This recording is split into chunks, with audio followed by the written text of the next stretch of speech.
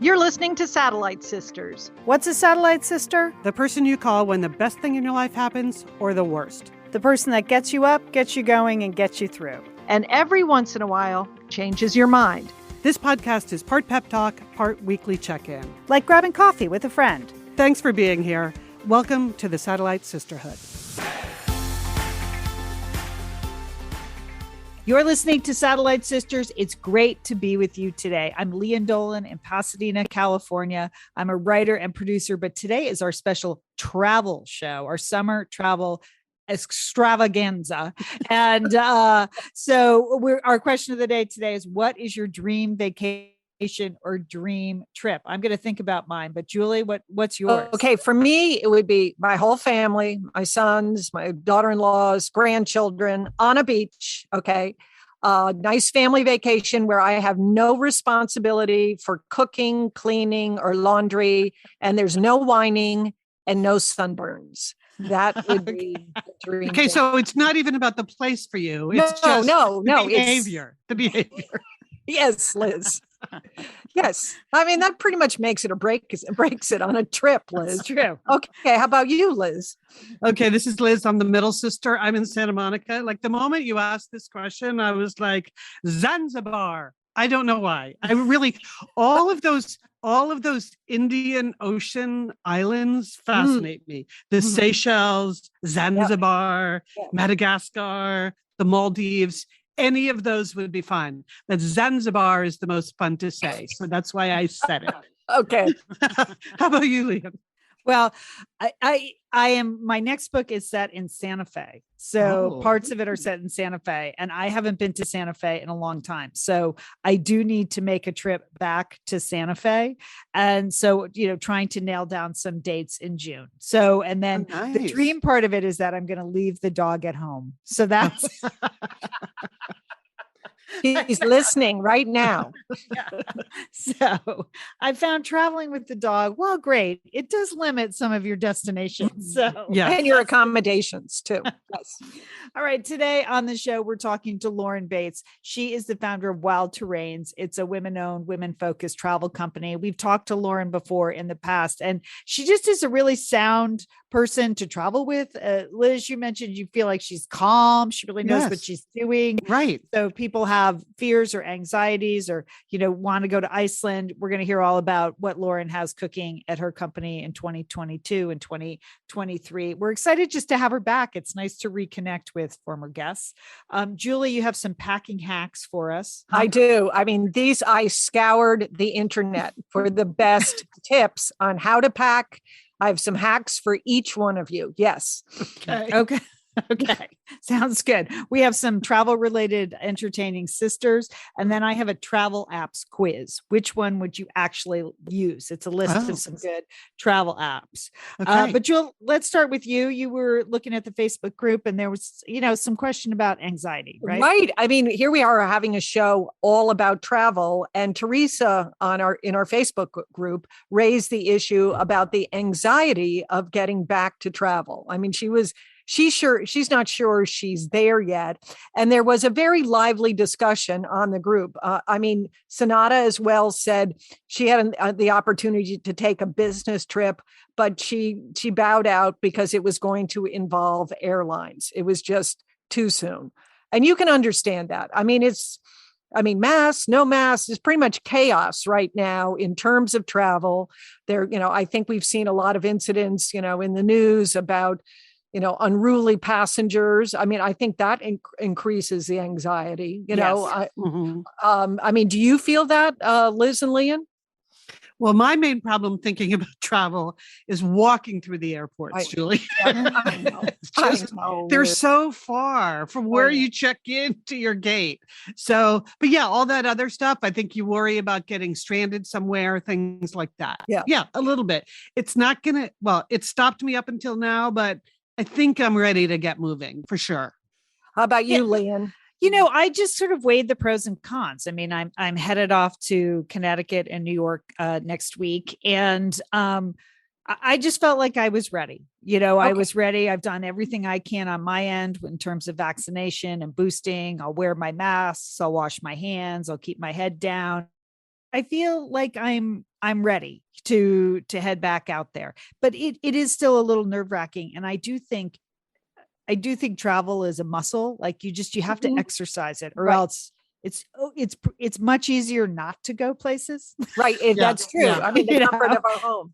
I mean, Regina recommended that you focus on the things that you can control. Just as you said, Yeah, like yeah. your mask, washing your hands, being on time, your documents, whatever it is. If you focus on that, that helps to reduce some of the anxiety. Now, Sylvia and Teresa, they're like, they bought RVs, okay, and that way they can control their travel. And I think I think that's a good option for a lot of people that don't want to get on airplanes, that don't want to have things out of their control. They want to travel, but they may drive or take an RV. But I thought Debbie had a great suggestion to help to calm the nerves, reduce the anxiety. And she said she recommended watching destination videos. Like, Lian, if you're going to New York or, East Coast, maybe watch some videos about New York City, or talk about the trip and let the excitement seep back in. I mean, I think that to me was a really good recommendation because it's so easy to be overwhelmed with, all the new requirements and the what ifs, and that you don't get to enjoy, or even have the opportunity to get excited about your trip. So I appreciated that. And I thought there were some good suggestions. And I do think it's like a muscle, Lian. You got to get back out there and use it. Right. We'll ask Lauren about this too, what she's seen on the trips that she's already run here with her travelers, for sure. Okay, I have some travel apps here. Great article in Travel and Leisure with like 22 different travel apps. So I'm not going to list them all, but we will have a link in the show notes, and I'll spread the link around on social media and in Pep Talk this week. But Liz and Julie, I wanted to quiz you on whether you would use some of these. Okay. All right. So, dayuse.com. Okay, Dayuse is going to get you into a hotel room for a few hours for up to 75% less than what a typical overnight rate would be. So would you ever do that if you had a long layover, or if flight got canceled, you just want to go like take a nap or take a shower for a couple of hours, leave the airport, check into a hotel? Would you ever do that, Julie? Yes, Okay. Absolutely. I didn't know that was available. I think that's a great idea. I mean, sometimes when you travel internationally, you do have long layovers, but I can even see it if you were traveling like to the East Coast, you're in your travel clothes, and then you need to go to a meeting or a wedding or something, and you don't want to check into a hotel, but you want to get changed and get dressed. I think that's a good idea. Yeah. Okay. Liz, how about you? Okay, my first reaction was, no way. Sounds like way more trouble than it's worth.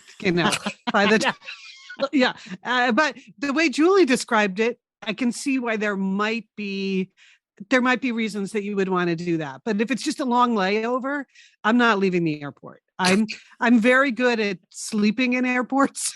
So, but but the day use is it? I'm going to use it to shower and change. But other people are using it for other things. Okay, right? there could be other things. Yeah, there could be other things. Yeah. Julie. Let's just leave it at that. Okay. Okay. So, here's one. Eat With. All right, listen to this. Eat With allows you to dine with locals in their homes all over the world. Menus are posted for you to see, while hosts typically list what they cook, the languages they speak, and any alcohol pairings they'll be serving. Not only does the app give you a chance to meet locals and get superb dining recommendations, but it allows you to enjoy a high-quality meal for less than what you typically pay at a restaurant. All right, Liz, let's start with you. Eat With. Is that your kind of thing? No. You know what? If you want to eat with people, that's why you hire people like Wild Terrains, like Lauren at Wild Terrains, because what her company is so good at is like arranging these nice meals with local people that you want to meet.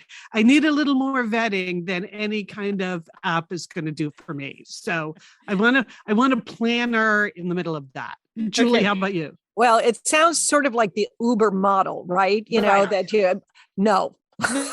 That's my big NO to that. No, nothing about that is appealing to me. No, I don't want to be in someone else's kitchen. Would you do that, Lian? No. I mean, maybe in my 20s I would have, maybe when I was young and foolish. I like, right. The sharing economy, we don't really three of us don't No. really participate that much in No. the sharing economy. Yeah. But the youngsters might. They might. I'm enjoy happy to that. eat with people in a local restaurant. That's where I eat with. Okay. Excellent. This is fun. Okay. All right. And this one, 100% yes, I would use it. Flush. Trying to locate, right? You know exactly what this is. Trying to locate a public restroom can be tricky, especially in a new destination. That's where Flush comes in. This app has a database of more than 200,000 toilets and quickly provides travelers with nearby bathrooms. You can search without an internet connection. And the app will also notify you if the restroom requires a fee. Fine, I'll pay the fee. Fine, I'll pay the fee. That's a great idea. Flush. Julie, what do you think? I mean, can you imagine pitching that to get the money to build this app? Yeah. But you know what, Julie? Nobody doesn't need that. So okay. All right. Yes, that would be very helpful. Yes. All right. And last one, time shifter. This made me think of you guys, but you've probably conquered this already. For the rest of us, though, jet lag can be a real battle. So Time Shifter is an app that helps you avoid jet lag long before your flight departs. So they have neuroscience research on circadian rhythms and sleep, and the app provides personalized recommendations that take into account your age, gender, sleep patterns, and specifics about your trip. And the app's going to start to tell you, go to bed now, wake up now, avoid sunlight here, when you should stay awake or when you should take a nap. So you have a gentle jet lag experience. That seems like a good idea if jet lag is an issue for people. What do you think, Liz? don't need it. No. Yeah. Wow. I just believe in powering through. I know, but the idea that a week before I'm going to start going to bed, or no, I'm just like, scientifically it might be sound, but behaviorally, I'm never, ever going to do that. Okay. Jewel. I don't like apps telling me what to do. Okay. So I'm out on this one. I resent that. Okay. All right. Yeah. Well, I'll put a link to all these apps and many more in the show notes. Okay. There you go. Okay. Now, given that we've all been a little out of practice taking trips, we're also out of practice packing our bags for trips. So the Satellite Sister Services Department, I conducted an extensive survey of travel packing tips from such as STEAM sources as Good Housekeeping, Self, the New York Times, and the internet. Okay. So I have some hacks for you. Okay. All right. First, I need to know, raise your hand, Liz and Leanne. Do you roll your clothes when you're packing your bag? No. Yes. Oh, so that's a no with Leanne, a yes with Liz. No, the opposite. The other way around. Yeah. Okay. I roll. Leanne rolls. Leanne rolls, Liz doesn't. Okay. I know I should, just don't. You don't. Do you pack with cubes? Because this is the number one hack for packing. You either have to roll or you have to pack in cubes. Are you doing either of those, Liz?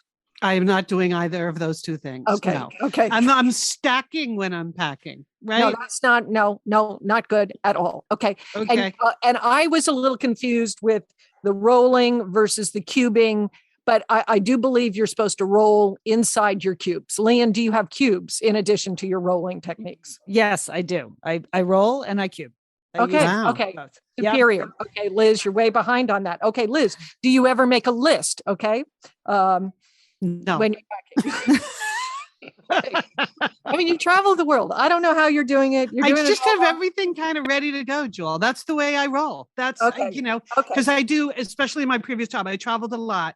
So I just always knew what I needed. And I always had the bag full of cosmetics and the bag full of this. And so no. Okay, they say that. And we know you have a bag full of wires. Chargers. Yes, we know that. We've seen it. Uh-huh. Okay, Leanne, do you make a list or would you use an app to make a list for what you're going to take on your trip?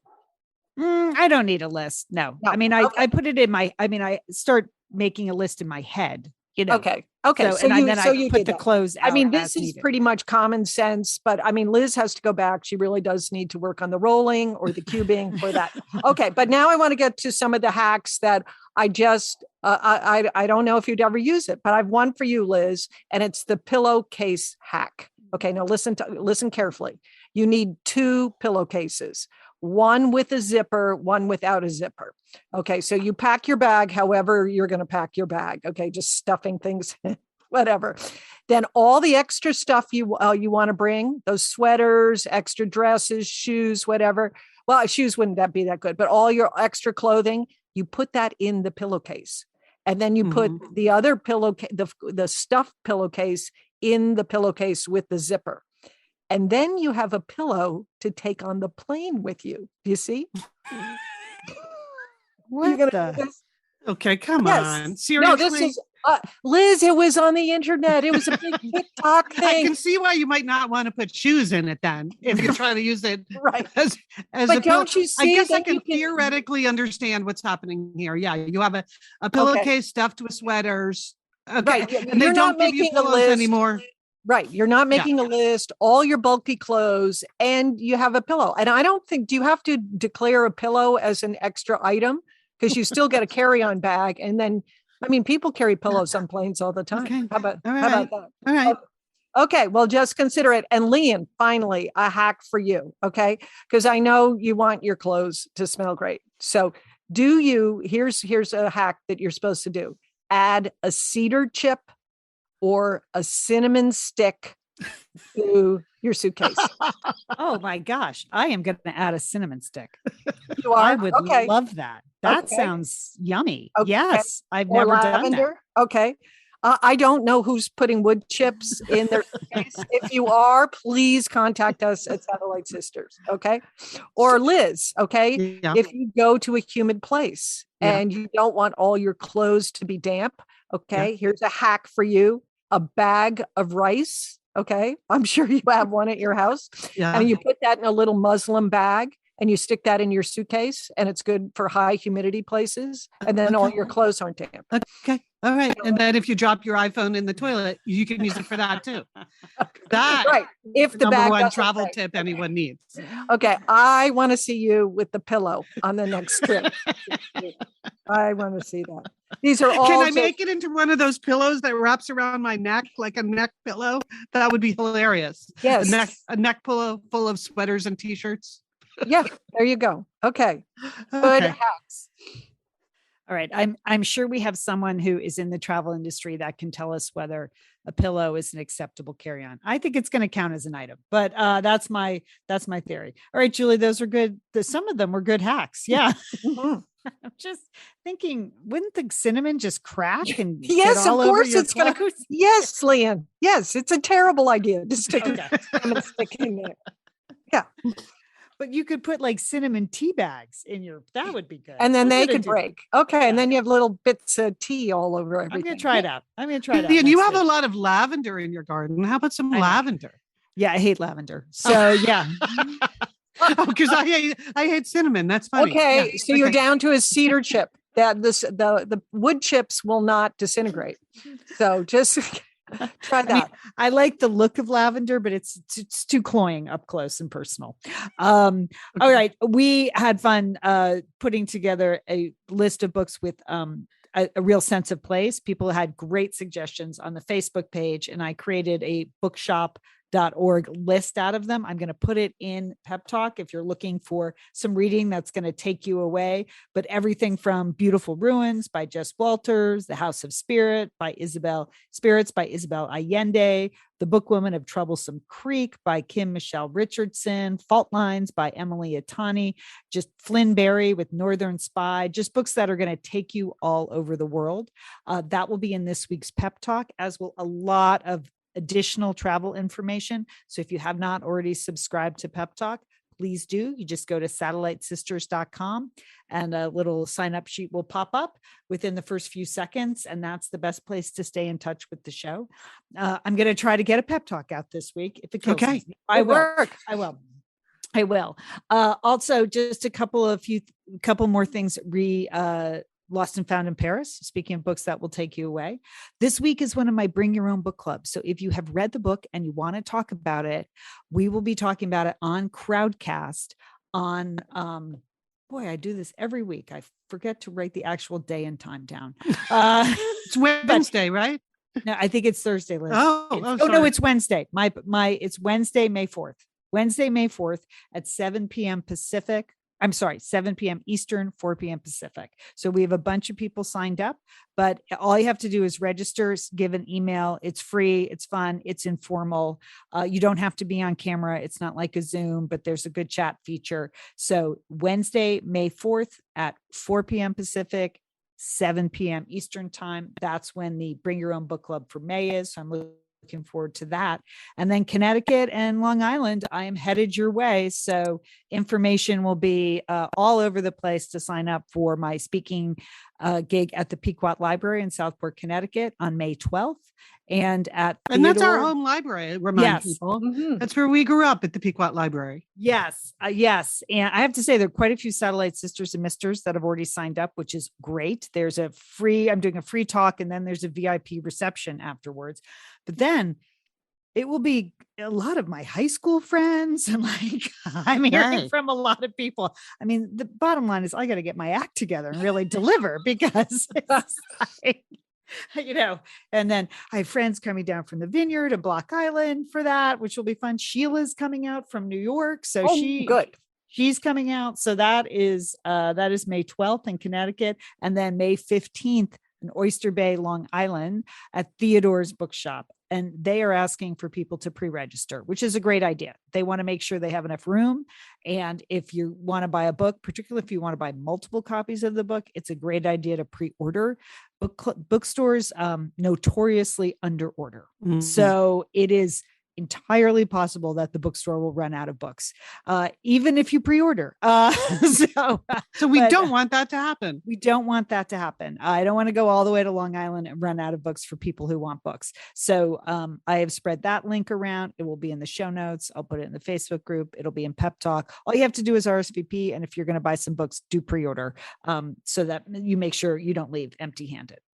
All right. Coming up next, we're going to talk to Lauren Bates. Her company is Wild Terrains, and we're going to talk about taking off, hitting the road, getting out there, getting back. All the metaphors about travel. We're going to talk about all the metaphors about travel.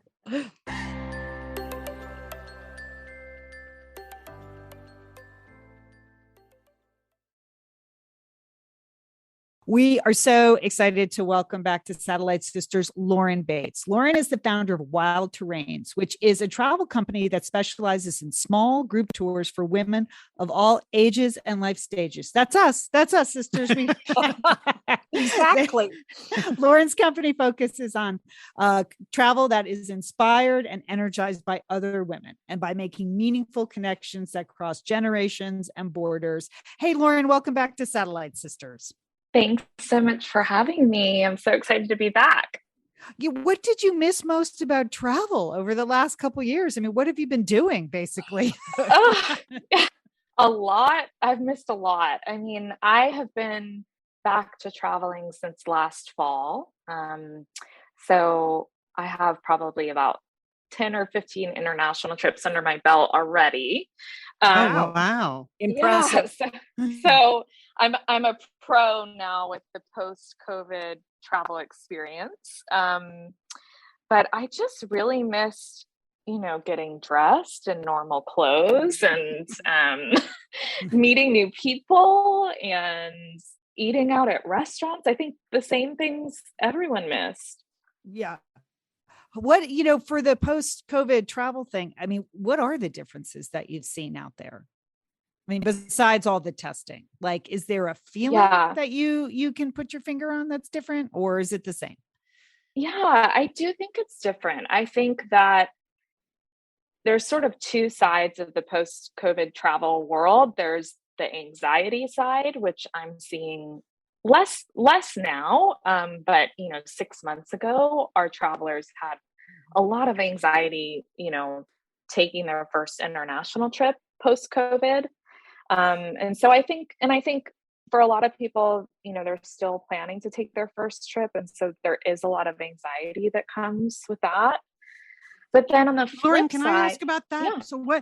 So what's specific? Because we have people, including us, who still have some travel anxiety. Mm-hmm. So what will help us get over that? Or what advice did you give to your travelers to help them get over it?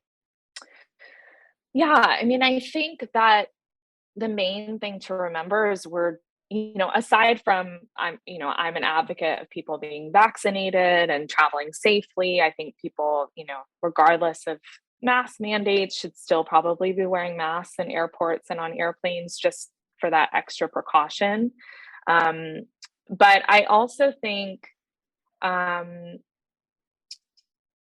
it's just important to remember that we're out of practice. And so anytime we're out of practice with something, it feels stressful. And I think with the added complications of having to test to enter destinations and to make sure you did the test at the right time, that's all going to cause anxiety for people, but that's totally normal. I think, most travelers are feeling that stress when they're taking their first trip. What I will say is we've run over 15 full group trips, and our trips have 12 women on them across all of our destinations at this point, and we haven't had anyone test positive for COVID. So well, that's great, because I think that's a big fear for traveling internationally, that you test positive and couldn't get back into the US. Yes. And I think that is, of course, I'm not saying it'll never happen. I'm sure it will happen at some point on one of our trips, but I think I was even shocked by how less, it hasn't happened as often as I thought it would. Right. And I think that's because people are being smart. They're traveling, being fully vaccinated. They have their booster. They're getting tested before and after. And I think when you take those precautions, it's helpful to know that those things actually do help keep, you safe while you're moving around the world. Do you find that your travelers, their anxiety dissipates once the trip gets going? Is the hardest part getting on the plane, basically? Yeah, I think there's a lot of anxiety of like getting to the airport, being, worried that you have the wrong documentation or the wrong test and you're going to get declined to get on the airplane. There's a lot of stress with that. I even felt that, on my first trip back. And then for most of our travelers, the moment they get to Lisbon or Paris or wherever they're headed with us, they just sort of say, oh, I needed this vacation. I needed the change of scenery. I'm so happy to be away from my kids. So yeah, I think it does melt once you get there. And I think one of the benefits of traveling with a company like us is we have a lot of planning and protocols in place behind the scenes that help protect our travelers. And if a traveler did test positive, we've pre-negotiated rates with hotels and, we're there to help you figure out what's the solution. That's good. That's a really good point. I hadn't thought about that. Yeah. Yeah, that's smart. That's smart. And on the other side of the equation, are people happy to see you in Lisbon and Paris? Are Parisians happy to see you? Yes. I mean, it's kind of amazing because, all the partners we work with abroad, the hotels, chefs, artists, designers, they hadn't seen tourists for 2 years. And, a big portion of their incomes come from partnering with us on our trips. So I think from just like a livelihood standpoint, they're super excited to see us. But I also think, all of us as women are really, I think right now, realizing how important community and connection are because we were so isolated during COVID. And so I think that's something really beautiful that's happening on our trips right now is I think the women who are joining us and the women who partner with us in the destinations are just super appreciative to be around women who are like-minded and who love to travel. And it's been really beautiful to watch. I have to say, Lauren, this is Leanne. I've been out on a book tour. And so I've been speaking to a lot of large groups of women. And this is, for many of them, their first, large group experience. I feel there is an extra energy in the room. Yeah. Like the conversation beforehand, it just bubbles. It's a little bit electric. People are genuinely happy to be together. So I'm sure you're seeing that on your trips. Yeah. We had a question from someone on our Facebook group, and I just wanted to run it by you because she is saying like she would love to travel, but she's balancing her desire to travel with some real challenges. Costs have increased. There's the war in Ukraine. It's really undecided. Like, should I go now? Or should I wait? What should I do? What would you advise her to do? It's a good question. I think, I really think that travel right now is a personal decision. So I think, some people I think a lot of people are finally ready to travel, but certainly not everyone. And so I do think it depends what you have going on in your life. I think, with Ukraine, obviously it's super unfortunate what's happening there.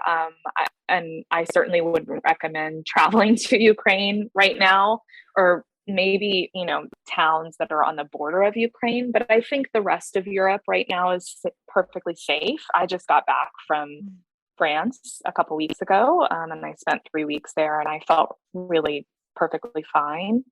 I think in terms of costs, I'll just be really frank. We in general across the world are seeing lots of inflation right now. I don't think that's going away anytime soon. I also think that people in the travel industry really suffered during COVID. And so prices for everything, hotels, right, everything are going to go up by next year. We've raised our prices for next year as well. And so I think if cost is a factor, I would say take the trip this year, because for sure the costs are going up. We're seeing it across the board for everything. And I'm even seeing it for flights because gas prices are going up. So even like long haul flights, the prices are going up right now. Okay. All right. That's good. So go now. I was also thinking, Lauren, that I've gone nowhere and spent nothing traveling for the last 2 years. So I feel like I have a little extra kitty.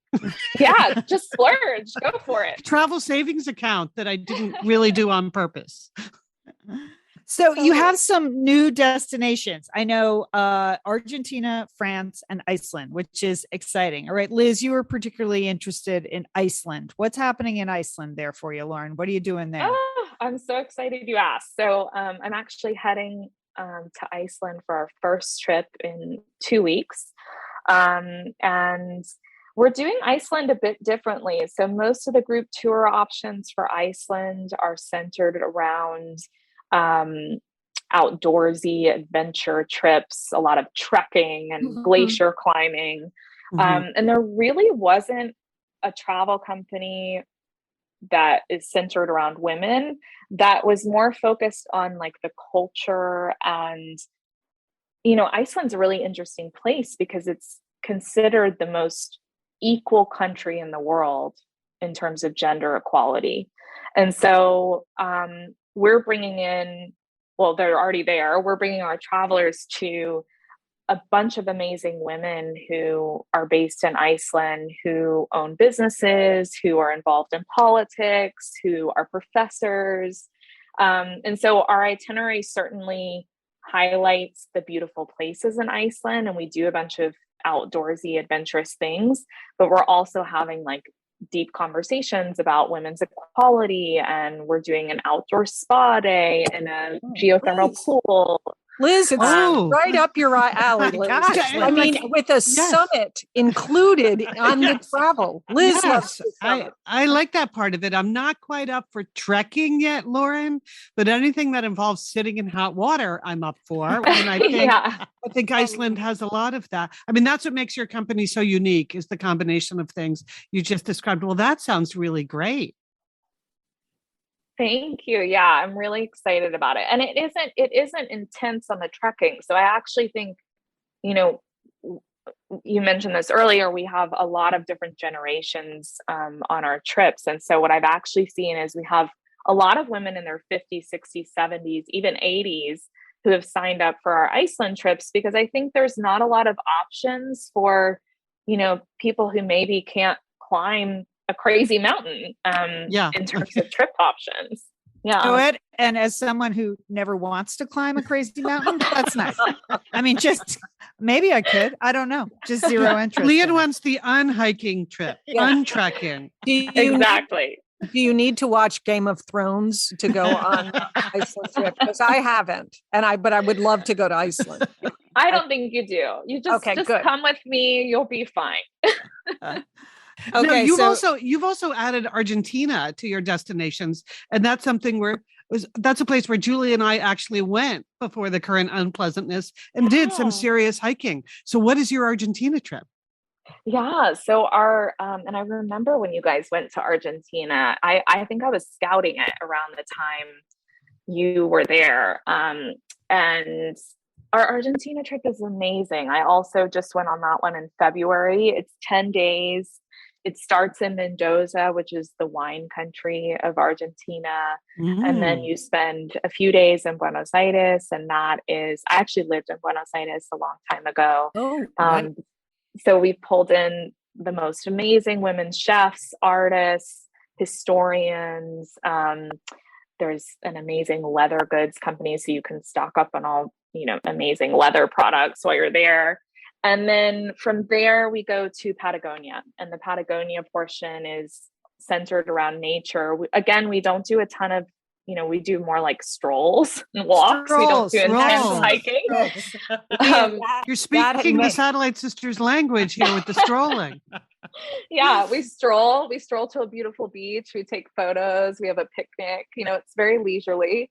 And Argentina is just such a magical place. I think that has for sure been our best seller this year. I think because it's such a bucket list destination for people. Yeah, that's interesting. Yeah. I just think Latin America in general, people don't go there enough. They don't explore it enough. It's just I love that part of the world. Yeah, so that's great that more people are going to Argentina. Mendoza, have not been there. Still on the list, Lauren. So I mean, the nice thing about your itinerary, Lauren, is you could do that even if you've been to Argentina. Yes, totally. It sounds like the experiences that you put together are kind of very unique, and the connection that you make with the local artisans and the chefs. Those are experiences that are, that really make a trip so special.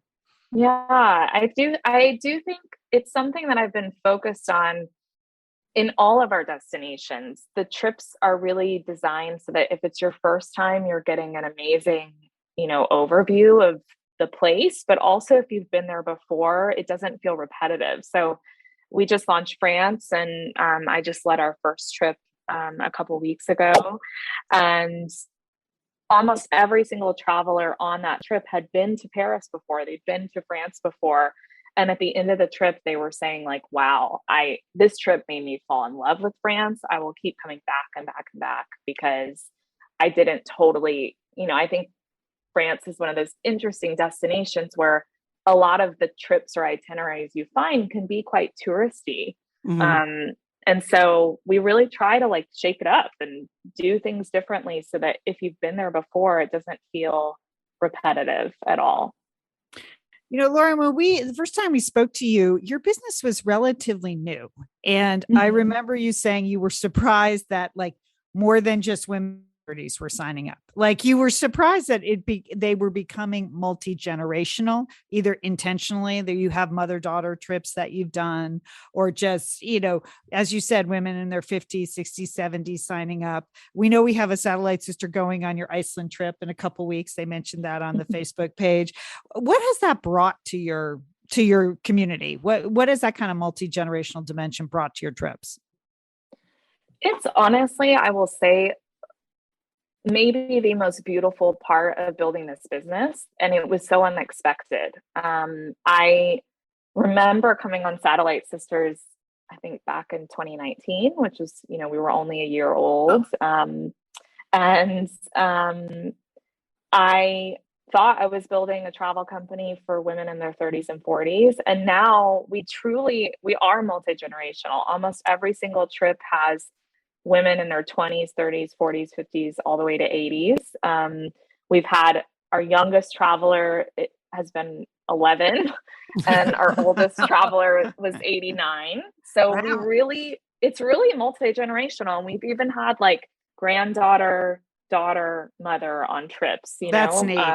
That's neat. Which is super cool. And I think the beautiful thing about it makes some people nervous, I think, because they, I hear this a lot. Younger girls feel like, oh, am I, is it going to feel like I'm traveling with my mom the whole time? And then, older women are like, am I going to feel like the older person on this trip? And I think we've gotten so much positive feedback about having all of the different ages. And it's really quite beautiful because the dinner conversation then doesn't center around whatever's happening in sort of that general age group. It really becomes this like beautiful conversation about life and, relationships and career, and everyone at the table has a different perspective and is in a different stage. It's so incredible. I learned so much from our travelers every single trip. Oh, that feels Inspired. good. Yeah, Yeah. that's what we've learned on Satellite Sisters. Yes, the people have taken us to places we didn't think we would go to, our listeners. So that's neat that you're having the same business experience. I understand you just relocated from DC to Brooklyn. So welcome. Thank you. Congratulations. But you're planning a big personal vacation to New Zealand in December. And I think that's also on a lot of people's bucket list. So why New Zealand? What are you doing? You're going to be able to turn off your professional vacationer brain and just enjoy?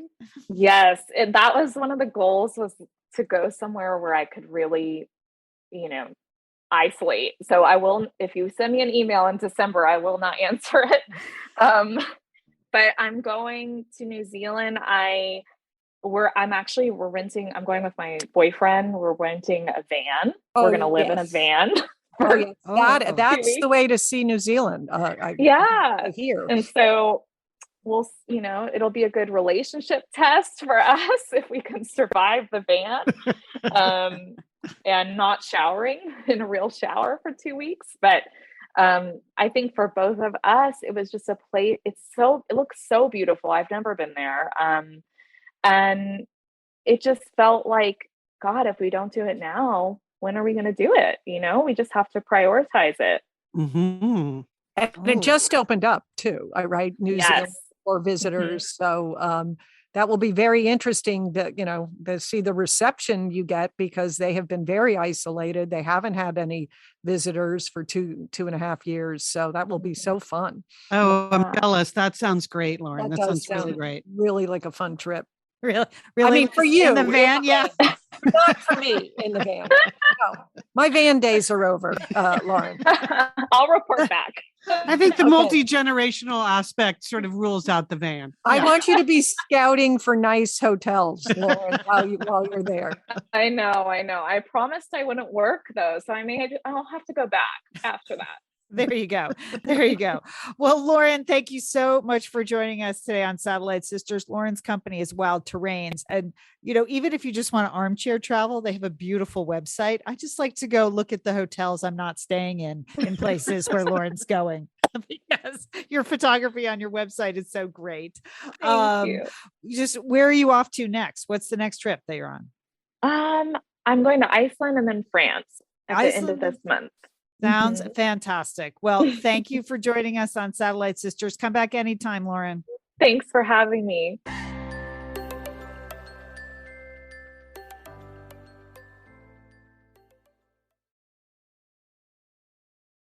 Oh, how great was it to talk to Lauren again? She's just so enthusiastic. I just love that her business has held on, that she's done this. And it really sounds like she's making important connections and building community. I love it. I love it. And she's so calm and thoughtful. I feel like no matter what fear you have about getting back out there, she'll be able to take care of it. And what she puts together is so unique.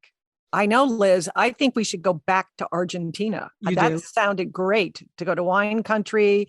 And then how about that leather shopping? You look very good in chaps in Argentina on our first trip.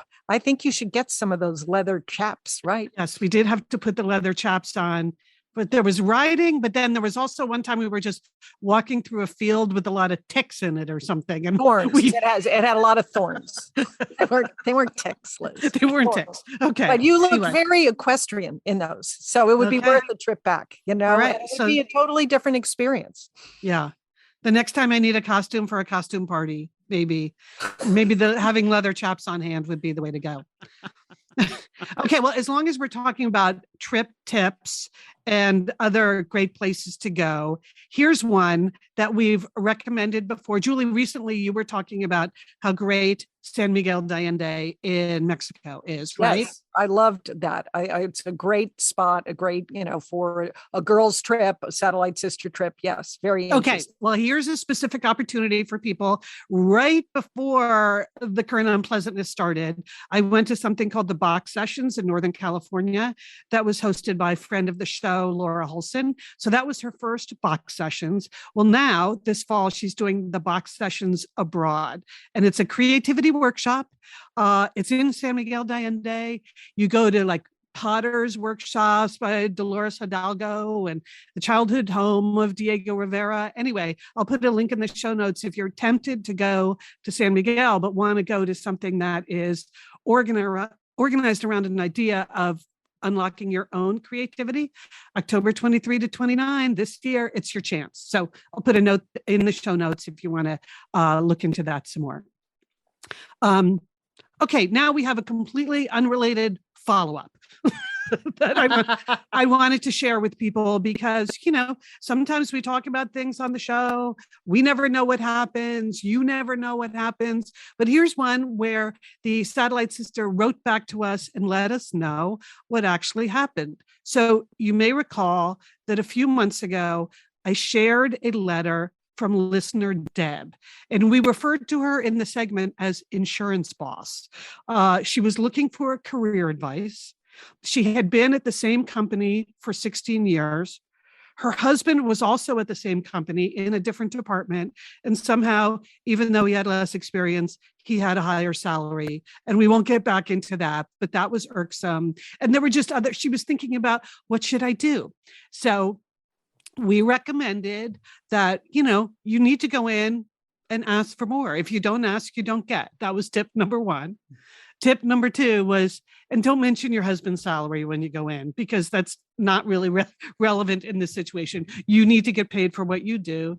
But tip number three is, if you've been at the same company for 16 years, do not assume you need to stay there for the rest of your life. It's a good time to change jobs, and changing companies is often the best way to make a big jump in salary. So, headline, she did it and it worked. I'm so excited. That's great. I know. She emailed back to me. She's like, Liz, I want to update you on my work situation. While it was outside of my comfort zone, having been with the same employer for 16 years, I updated my resume and made a conscious decision to consider similar posts outside of my company. 6 weeks later, okay, people, this only took 6 weeks. 6 weeks later, I'm happy to report this past Monday, I started a new position with a 25% increase. See? Deb, Applause, you guys did it. Applause. Isn't that amazing? And then she said, it's also fully remote, which is a dream. And so she got a great combination of things. It was very tough for her to make that leap. She said leaving the company was a hard choice, but she knew it was ultimately better for her and her family. And what she had been doing, which I think many of us do, she said, I used to get emails from recruiters every few months and I would just delete them. But a week after deciding to start considering leaving the company, a former coworker reached out and said, hey, would you ever think about coming to XYZ company? It's a fully remote position, blah, blah, blah. And so if she hadn't opened her mind to this idea, she would have just blown off this email. Instead, she responded. She said, I want to at least explore it. And then things just rolled along really quickly. Now, boom, she's got a great new job at a great new salary. We are so happy for you, Deb. Don't you think that's great? I think that's great. As our mom would say, you make your own good luck. And she did, right? Yeah. She just opened her mind to the idea that, okay, moving on doesn't have to be a bad thing. It might actually be a leap forward. So yay for you, Deb. We're just super happy for you. And it's also just kind of exciting to hear back from someone who asked for advice. We had the discussion. They took it and it worked. So that's good too. I'm just always a little surprised, I guess. Always a little bit surprised. Congratulations. All right. Well, now it's time for Entertaining Sisters, and this is our travel version. So I want to recommend, like, look, if you can't take a European vacation to London and Paris, I have an excellent viewing option for you. Now, you may recall many months ago, we recommended the French series Call My Agent. Do you remember that? It's about a French talent agency. It has a cast of characters. It was charming. We loved it. Well, so funny. So funny. And they had guest stars with, French movie stars. Well, this is excellent news because now they have remade that same show, but it's called 10%. But it now has a cast of British actors because they're in a British talent agency in London. And it is just great. But because it's the same show, it's the same plot. So you're going to be very, very comfortable if you watch Call My Agent, and you're just going to be delighted. They have guest stars. Kelly MacDonald is on in the first episode. Helen Bonham Carter is in it as well. Himesh Patel is in it. And there you have it, a perfect Paris-London vacation. You can watch Call My Agent and then 10%, or you could watch 10% and then Call My Agent. You can go either way. Okay. My God, that's so exciting, Julie. And that's exciting. And where can you watch that? On Amazon Prime. It's also it's released by Sundance, and it's also on the BBC. But I was watching it on Amazon Prime. Okay. So 10%. It's excellent. Yes. Doing it. Okay. That is great news. All right. I would like to recommend Old Enough on Netflix. I'd like to give a shout out to my son, Colin, who alerted me to this kooky show. It has been on Japanese TV for decades. Here's the premise of the show. Very small children run errands. Okay. Have you seen this, Julie? I've seen one episode, Leanne. It's amazing. It's like crazy. I mean, they're like crazy 3-year-olds going to the grocery store, right? I mean, yes. It's fascinating. You can't stop watching it, No. So is it a real thing or just a made-for-TV thing? This is culturally done in Japan? Yes. Apparently, Liz, I'm not a cultural expert. Okay. So I don't want to, I mean, the show has been on since 1991 in Japan. And so I guess so. But what I can tell you is that the cameras are all hidden. So they are theoretically taping these kids running these errands without the knowledge of the children. Mm-hmm. Some of them are extraordinarily small children. Like it's both nail biting and delightful. It takes your breath away, and yet you're cheering them on. All the episodes are only 10 minutes long, so you don't really have to invest a lot. So it's a very simple premise. It's like the 3-year-old goes to get toilet paper. Like that's you've had 3-year-olds, Leanne. I mean, sometimes they lose their focus, right? This is the incredible thing. Yeah. They see a butterfly and then they can't remember to get the toilet paper. Yeah. I mean, yes, Japan is much, much safer than the US, but they do have cars there, right? Big trucks. Yeah. Big trucks, Liz. They're holding little flags walking down the side of the street. Oh my God. Anyway, it's sort of an interesting way to look at culture and to look at people. They go to the grocery store a lot. So if you're interested in Japanese grocery stores, it's particularly interesting. It blows your mind is all I want to, it just blows your mind. So that is called, Julie, watching it with your grandchildren would be really fun. I would imagine. Okay. I'm going to watch some more episodes with them. Good idea. Okay. So it's called Old Enough? Old Enough. Okay. And that's up for debate. There's a lot of debate on social media whether they really are old enough. But and it's on Netflix. It's on Netflix. Oh my God, that's hilarious. It's just watch a couple episodes and then you'd be like, oh, this seems like a good idea. Sure. Yeah. Okay. All right. Next week on Satellite Sisters, it is our 2022 Best Beach Bag Books episode. We're very excited. We work hard all year long to read a lot of books ahead of time to put on our Best Beach Bag Books list for the summer. We have about 15 books on the list this year, everything from thrillers to memoirs to mysteries to audiobooks, some of which, you may have seen around, others of which will be fresh and new to you. That's kind of our goal. We're also talking with Irish writer Dervla McTiernan. Now she's Irish, but she lives in Australia. So she spoke with us from Perth, Australia. I mean, so just the fact we pre-taped this because it was midnight for her in Perth, Australia. So she gets extra credit for staying up and staying awake, but she's written a new thriller, The Murder Rule, that comes out next week, but she's also written a lot of other thrillers. A delightful interview with her. Plus we'll tell you about our favorite books for summer 2022. That's next week on Satellite Sisters. And this is one of our best episodes every year. It's really fun. It's really fun. And not just because Leanne does so much of the work. Yeah, but, she does all the work. I mean, we do very little, Liz and I, but we enjoy the show too. Yes. And I will say this, there are books I don't put on the list.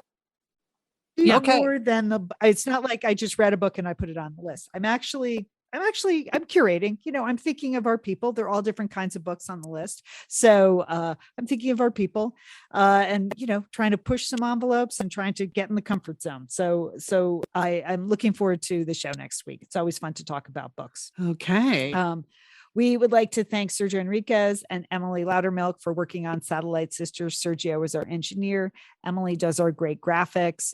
You can find our graphics at our Instagram at Sat Sisters or in our newsletter, Pep Talk, or over there at our private Facebook group. Just Google the Satellites or just search the Satellite Sisters on Facebook and answer the questions and join our Facebook group because it's a nice little part of the internet. A big thanks to Lauren Bates from Wild Terrains. We appreciate that. I just want to mention, of course, this week is Mother's Day.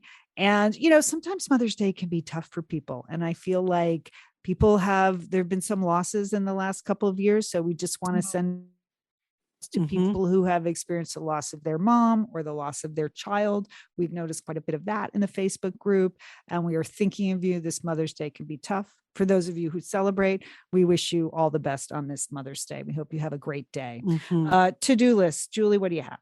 Well, in the month of May, I like to do this, and I like to go out of my way that when I see a young child with a parent, a mother, father, I like to compliment them. I like to go up to them and say, that is a cute baby. Or, oh my gosh, what an adorable toddler. Or, I like to really give parents compliments. And in the month of May, because of Mother's Day, I'm very purposeful about doing this in the grocery store. We have a lot of kids in our neighborhood. I like to stop and just say a kind word to the mom or the dad. And I think it's working. I think it's unless it's a very small child running an errand by themselves. Right. Then you can't do that. And I'm not talking to the child. Right. No, of course I would help, but that's Liz, that's on my to-do. Yes. Liz, how about you? Okay. I'm not going to provide a visual. I'm just going to say I have a wildly overdue pedicure situation. Okay. I know it's small, but I'm going to take care of it. Good work, Liz. How about you, Leah? Okay. Oh, listen, I'm just going to try not to get anxious when I don't get my Mother's Day gift by noon. Because for many, many years, I've said Mother's Day is a morning holiday. Like you can't stroll in after 5 p.m. That's not right. No, it's really on the breakfast tray. Yes, that's it. Your Mother's Day gift. Okay. Yes. Or your card. Yeah. So, all right. Good luck with that. Thank you very much. Thank you very much. I'm happy to be celebrating. Happy to be celebrating as always. All right, sisters, have a great week. You too, Leanne. Hey, don't forget, call your mom.